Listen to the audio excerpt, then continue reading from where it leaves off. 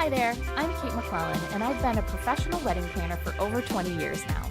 I started Planning Collective when I noticed that though most couples are super excited about getting engaged, they quickly feel overwhelmed and intimidated by the actual process of planning their weddings. If left unchecked, this can lead to massive burnout and the urge to scrap all your plans and just elope. While this is totally normal, you don't have to sacrifice your sanity for your dream wedding. In the Wedding Planning Collective podcast, I'm going to share the processes, tips, and tools that all engaged couples like you need to feel confident, supported, and excited about your wedding plans again. Let's get started. Hey there, before we get to the episode, I have a quick question for you. Have you been unsuccessfully trying to shake that feeling that you're forgetting something when it comes to your wedding? You've got the Knot app and you've downloaded countless other planning checklists, but you just can't get rid of that sneaking suspicion that there's something you don't know yet. It's a very common feeling when it comes to wedding planning. So much so that I decided to put together a free resource to help get rid of what I call FOWO, the fear of wedding oversight. Yes, it does include that 12-month task checklist, but that's just the start. In addition to the ultimate wedding planning checklist, my new Don't Forget list also includes a wedding vendor checklist, your shopping list, a packing list for the wedding weekend, and a complete wedding item setup list to make sure that you are truly not forgetting anything when it comes to your wedding. And you heard me right, this list is free for you to grab right now. Just head over to planningcollective.com/forgetting and it's all yours. That's planningcollective.com/FORGETTING, and let's get rid of that FOWO together. All right, let's get on to the episode. Hey guys, Kate here. Welcome back to another episode of the Wedding Planning Collective podcast.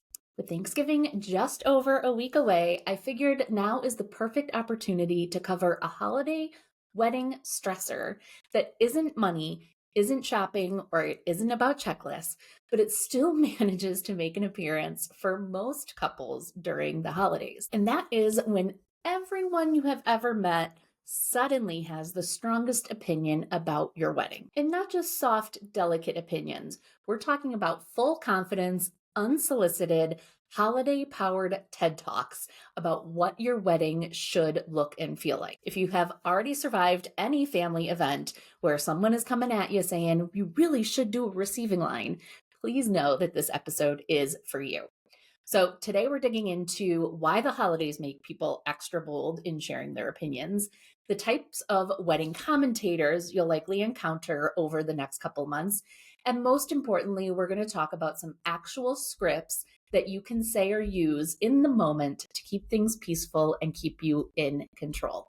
So let's dive in. Let's start by talking about why the holidays often equal peak wedding opinion season. The holidays bring a lot of extra togetherness, extra nostalgia and reminiscing, and extra cocktails, which means everybody has an opportunity to share with you what they think you should be doing for your wedding. People often feel sentimental around the holidays, and they might be a little too inspired by their own wedding stories from 1980 something. Most of the time, they truly mean well. They really do. They just want to connect with you, but often it doesn't land.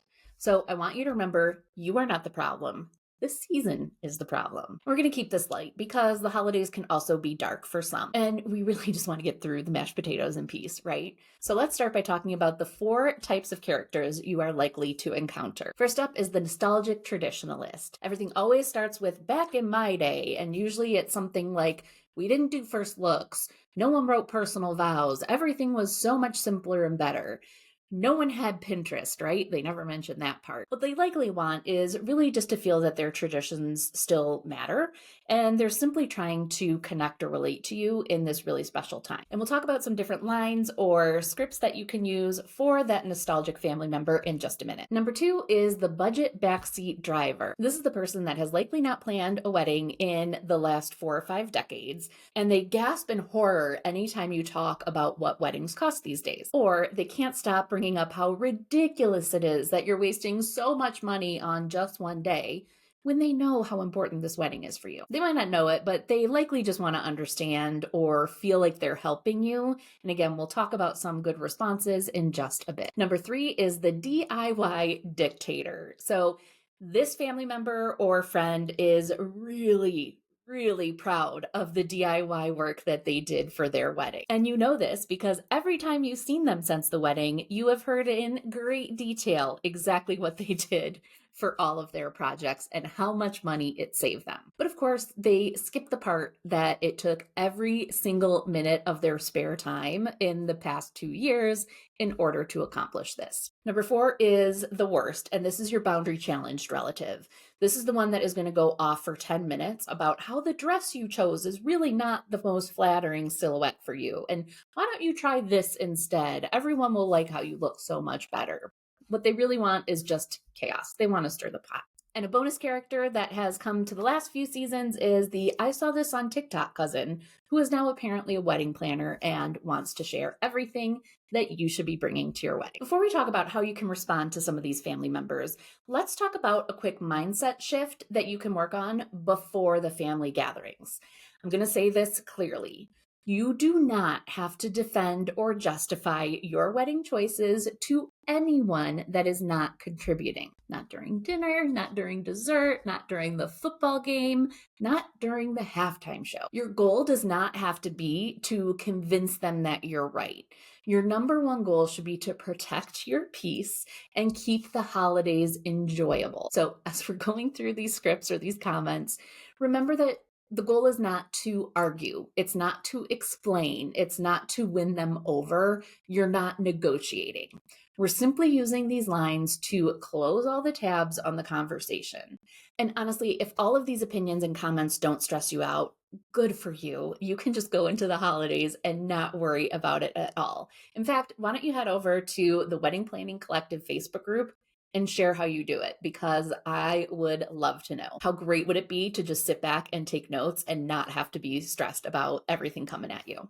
But unfortunately, for most couples, they do have to deal with unwanted opinions and everyone sharing their thoughts on their wedding at some point during the holidays. Okay, so what are some ways that you can respond to these family members that help shut things down? Feel free to jot some of these down in your notes app so you have them handy when you need them. First, if someone is disagreeing with your plans, I recommend you keep it short, kind, and closed. You are not opening this up for debate. Responses like, I totally get why you love that. We're just heading in a different direction, but thank you so much for sharing it. Or, it's a great suggestion. We've already made our choice, but I appreciate the thought. Another option, I hear you. We're going with something that feels a little more us, but it means a lot that you care. Or finally, I love that idea for some weddings, but it's just not the route that we're going to take. Thank you so much for sharing. If someone's questioning your budget, I recommend you be confident but warm. They're probably not intending to be offensive. So lines like, we put together a plan that works really well for us, but I appreciate you checking in. Or, prices surprised us too at first, but we're working with vendors that are a really good fit for our priorities. We feel great about the choices we've made. Thank you so much for thinking about us. We've done our homework and we're feeling really good where everything is landing. These lines can work really well even if you're internally spiraling about the cost of chairs. They do not need to know that. What about when someone recommends vendors that you do not want to consider? Again, they're trying to be helpful, so you want to be respectful but also maintain boundaries. Lines like, that is so helpful. I'm glad you had a great experience with them. We already have a process in place, but I will keep them in mind. Thank you, but we're already booking or heading in a different direction. I really appreciate the recommendation. That's really sweet of you to share. We've already narrowed things down, but I'll save the name in case we need it in the future. Or, I love hearing good vendor stories. I think we're set in that area, but I appreciate your help. Guest list issues or additions are often a point of contention around the family gatherings. So when someone is challenging your guest list, stay calm, clear, and intentional. Again, you don't have to be defensive or explain. So lines like, we're keeping things really intentional for our wedding, so we're being super careful about the guest list. Or, we're keeping things small and meaningful for us, but I really appreciate you thinking of them. We're sticking closely with our guest list plan, but thank you for asking. We've made some really intentional decisions about the invitations. Thank you so much for understanding. Note the keyword in all of this is intentional. That way you're not feeling like you're blaming your budget or your capacity of your venue, but you're being intentional and it is shutting things down. Now, what about when someone is pushing traditions that you do not want to do? You want to validate what they're hearing or what they're saying, right? Without turning it into a debate. Something like, I love that tradition for you, but we're going to go with something that fits our style a little bit more. I can't wait for you to see it. Or that's such a meaningful tradition. We're doing something different, but I'm excited for how it's coming together. Another option, I totally get why that's special. We're trying a different approach that feels more like us. Or, I love that that was important for you. Ours will look a little different, but we're so excited about it. You honor the wedding experience without promising anything.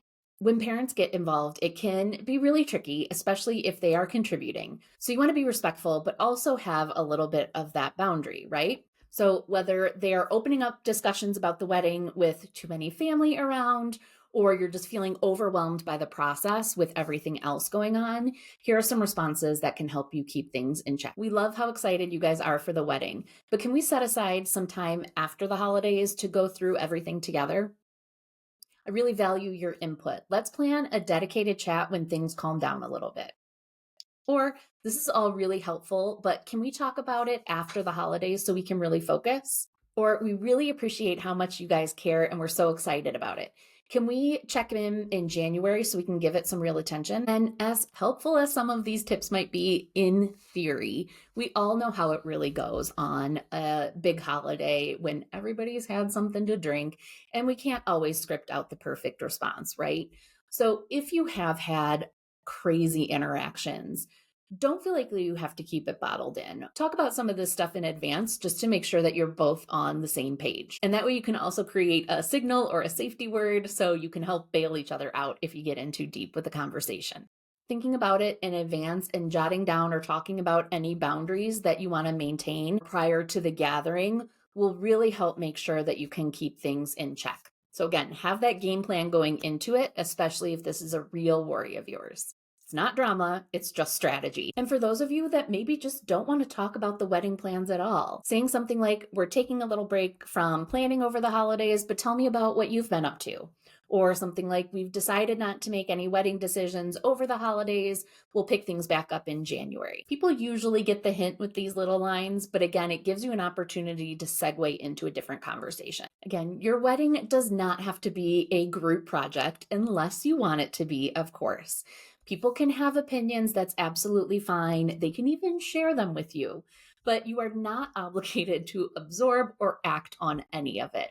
Sometimes that can be the harder part when people look at you with expectations because they think they had the most magical, incredible idea and you want nothing to do with it, right? Navigating these tricky conversations can take a little finessing, but thinking about it and anticipating what might happen in advance, what you know has happened in the past, you can really go into it feeling more prepared. And I hope starting with some of these scripts will help you come up with a few different options that you can bring into your holiday gathering with you. And if you want more help navigating wedding planning without the overwhelm, the Wedding Planning Collective membership has tools, templates, and weekly Q&A support to help you in every step along the way. Get more details over at planningcollective.com/membership.